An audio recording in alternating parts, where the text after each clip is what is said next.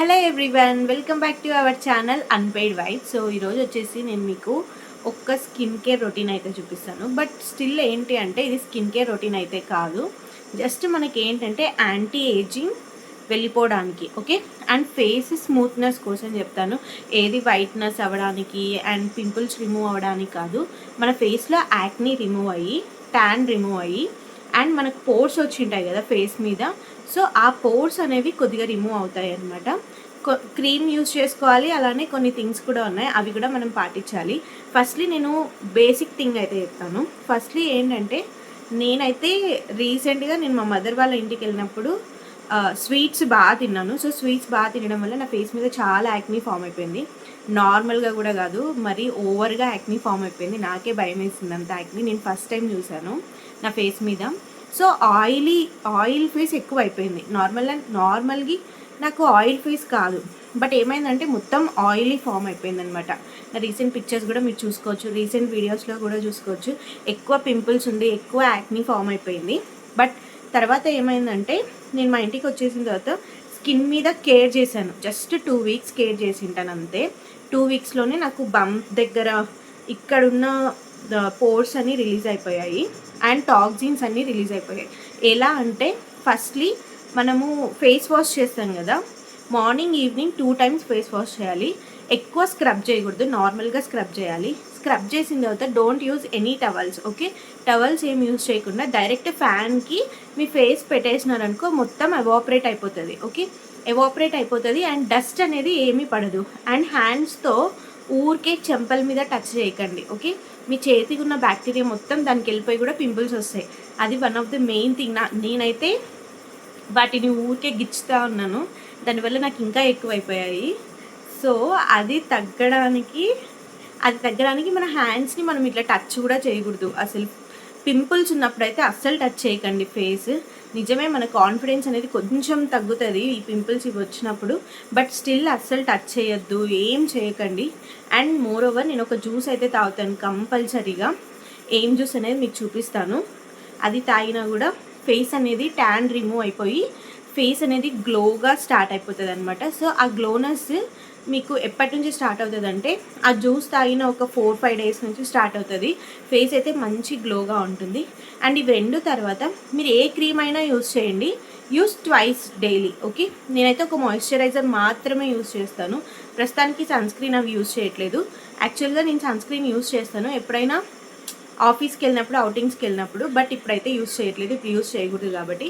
So only moisturiser use చేస్తాను, అది కూడా మార్నింగ్ నైట్.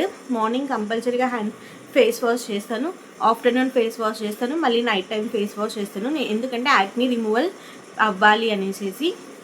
సో ఏం జ్యూస్ ఏంటి అనేది నేను చెప్తాను రండి. ఇంకొక విషయం ఏంటంటే అలోవెరాతో ఫేస్ స్క్రబ్ చేయకండి ఈ టైంలో. ఈ వెదర్లో అలోవెరాని స్క్రబ్ చేశారనుకో ఫేస్ నల్లగా అయిపోతుంది. అస్సలు స్క్రబ్ చేయకండి. మీకు ఏ ఫేస్ కలర్ అయినా ఉన్నాయండి, మీరు కావాలంటే కస్తూరి పసుపు అని దొరుకుతుంది కదా, ఆ కస్తూరి పసుపు అండ్ వేపాకు రెండు దంచేసేసి జస్ట్ పింపుల్స్ మీద కొంచెం అటాచ్ చేయండి అంతే. ఫస్ట్ టిప్ అది, ఫస్ట్ నేను చేసింది అది. అండ్ సెకండ్ థింగ్ వచ్చేసి జ్యూస్ డైలీ తాగుతాను. అండ్ థర్డ్ థింగ్ వచ్చేసి మాయిశ్చరైజర్, ఓకే. మంచి మాయిశ్చరైజర్ యూజ్ చేయండి, డెఫినెట్గా మీకు స్కిన్ అనేది మంచిగా పోతుంది. ఇప్పుడు చూస్తున్నారు కదా, నేనైతే న్యూట్రిడమ్ వాళ్ళది స్కిన్ కేర్ ప్రోడక్ట్ అయితే యూస్ చేస్తాను, మాయిశ్చరైజర్. ఈ స్కిన్ కేర్ ప్రోడక్ట్ నేను నా సొంతంగా అయితే డెసిషన్ తీసుకోలేదు. ఫస్ట్ అయితే నేను శ్రీముఖి నైట్ స్కిన్ కేర్ రొటీన్లో చూసాను అనమాట. బట్ ఇది డే కేర్ కూడా యూస్ చేసుకోవచ్చు. Morning evening 2 times face wash చేసిన తర్వాత మన వాటర్ అదంతా కదే ఎవాపరేట్ అయిపోయిన తర్వాత ఇది యూస్ చేయాలన్నమాట.